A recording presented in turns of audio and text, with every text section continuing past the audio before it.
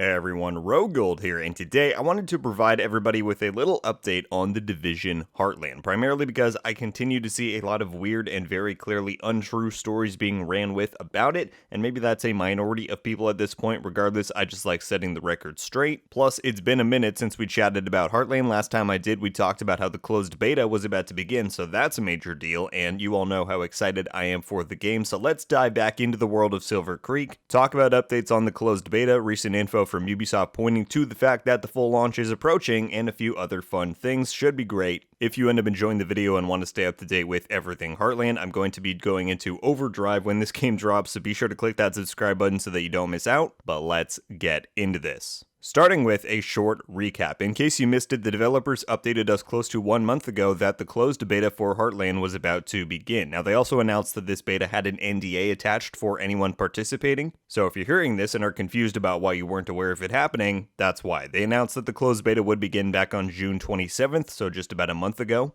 They didn't specify an end date other than the fact that it was going to run for at least a little while, as they plan to continue sending out invites over the duration of the test, so who knows if or when it has ended by now. But overall, like I said in my video covering the announcement, it's just so great that the game is finally at this point. We, and by we I mean myself, I won't implicate any of you all, I've been pathetically awaiting this game. Between the new location of the American Heartland, the fact that Red Storm is leading this project, the new gameplay additions that we now know are coming from the trailers, like melee weapons and sliding, Heartland just looks to be the exact kind of new Division experience that I can really sink my teeth into. So it's been a long 2+ years since they announced it, but the fact that they're finally in beta is so encouraging. And if that itself is not enough evidence that the game is on the way soon, as I still see people saying it's not coming until 2025, which is just weird, let's take a peek at a quote from Ubisoft's recent Q1 investors meeting. I will leave a link to the full report down in the description, so feel free to check it out for yourself. But this is what was stated by Yves Guillemot, Ubisoft CEO.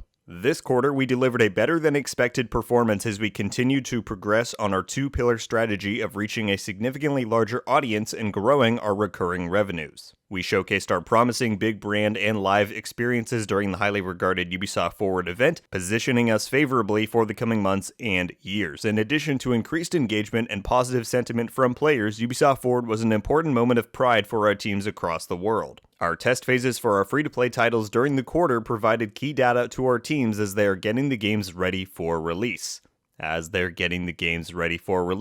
damn, could it finally be happening? And in case you are cynical to the core in thinking they're not referencing Heartland in this statement, scrolling down just a little bit, they also included this under the Q1 activity heading. This quarter also saw numerous test phases for our upcoming free-to-play initiatives: Tom Clancy's Rainbow Six Mobile, Tom Clancy's The Division Heartland, and Tom Clancy's The Division Resurgence have gathered valuable data during their respective betas. All free-to-play initiatives, and as we just heard, those that were tested are being prepped for release. It doesn't get much clearer than that. Now, the one other thing I did want to cover, because as for combative as I am about the Heartland skeptics out there, it is a totally fair point to say, if Heartland is supposedly dropping so soon, why has Ubisoft not included it in their fiscal 2024 game lineup? For anyone who doesn't know, we are currently in Ubisoft's fiscal 2024, although it feels like it should be 23, but whatever, the report says 24. And they list the games that are expected to launch within fiscal 2024, which began back in April and goes until the end of March in calendar 2024. And on this list, included in the very same report, is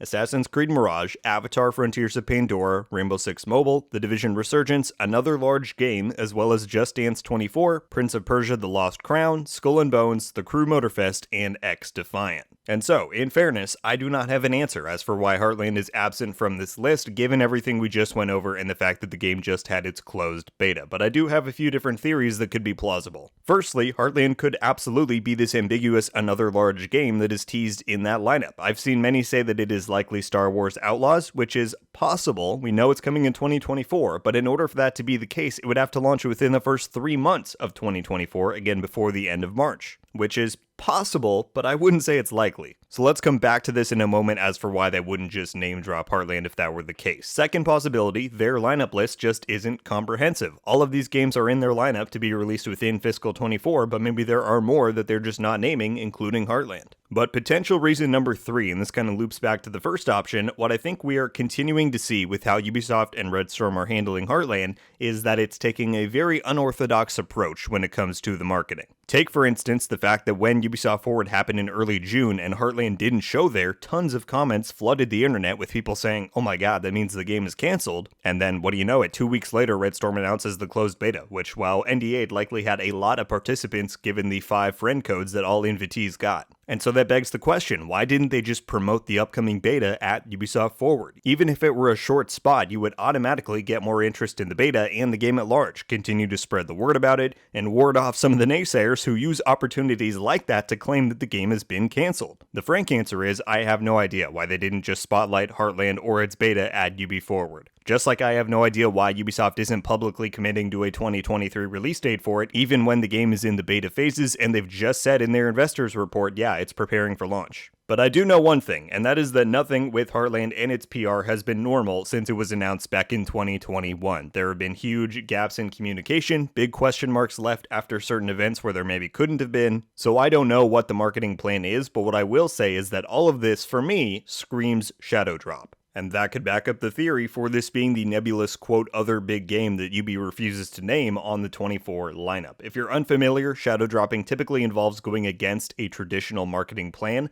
where you announce a game's release date well in advance, you get multiple trailers pumped out, maybe some TV commercials, billboards, all that stuff. And instead, the developers will literally just drop the game, make a post and say, hey, our game is live, go play it. Sometimes they'll give you like a 1 to 2 day notice, just drop a big launch trailer. Now, shadow drops are tricky. They're interesting. They're very high stakes, high reward. At least I think so. It can work out phenomenally. Instead of letting a game be marketed for months and giving people a chance to hyper-analyze it and make conclusions before even playing it, shadow drops really capitalize on consumer curiosity. Someone's like, oh, what? No one has played this game? There's no reviews out? I want to try it out. And that especially works well when said game is free to download like Heartland will be. This famously worked extremely well with Apex Legends, which you are all likely familiar with. They dropped a launch trailer for Apex out of the blue, saying, here's a new free-to-play battle royale, it drops tomorrow, or maybe it was even same day, I can't recall. But clearly it worked out, as Apex is still a massively popular game 4 years later. However, not all shadow drops are that fortunate. In recent memory, I think of Hi-Fi Rush, which was an Xbox exclusive. Now, I have not played this game, so I can't speak from personal experience, but it was either at the Game Awards or some other event this past winter where Xbox dropped a trailer for it and said, go play it. And from what I heard, the game was really exceptional, yet with all the chaos of that time of year, it just didn't get its name out there enough to really shine, and therefore, from what I heard, its sales figures fell well below Microsoft's expectations. So shadow dropping isn't a surefire method, but in fairness, neither is a traditional marketing plan. Both methods truly rely on game quality, and specifically with shadow dropping, if that is Red Storm and Ubisoft's plan, and they just send out a tweet on a random Tuesday and say, hey, you can go download and play Heartland right now, we're all going to go into a frenzy for one, but then it's really up to the gaming community and industry for word of mouth. If people try it and enjoy it, they'll tell their friends, hey, this game is fun, it's free, come try it, and they can tell their friends tell their friends, etc., etc. It can work, it's a tested method, and God knows Red Storm has taken an immense amount of time for Heartland to be in the oven. I can only hope that means that we're set to have a really high quality and high polished game at launch, because I honestly think that is going to be one of the most important factors. Division games feel incredible. They're world-class in the third-person shooter realm. And so if Heartland can drop with those same qualities, a solid gameplay loop and minimal bugs or technical hiccups, then I really think it doesn't matter if they're shouting the release date from rooftops months in advance or they just drop it out of their pocket. Regardless, I just hope that there is a solid plan in place, whatever that may be, and you can rest assured knowing that I will be spamming the install button whenever that day comes. Folks, that is all I've got for you today. I hope you enjoyed this update on Heartland. Let me know any and all of your thoughts on the discussion below. What do you think of Ubi's statements on the release of the game, Heartland's odd absence from some of these events and lineups, and the general plan they may be employing for release? Which path do you think they might go down? Whatever it is, leave it down below, and as always, I really look forward to reading through it all. And that's going to do it for me today, everybody. Thank you all so much for watching. Stay safe. I'll see you in the next one. RogueGold. Ow.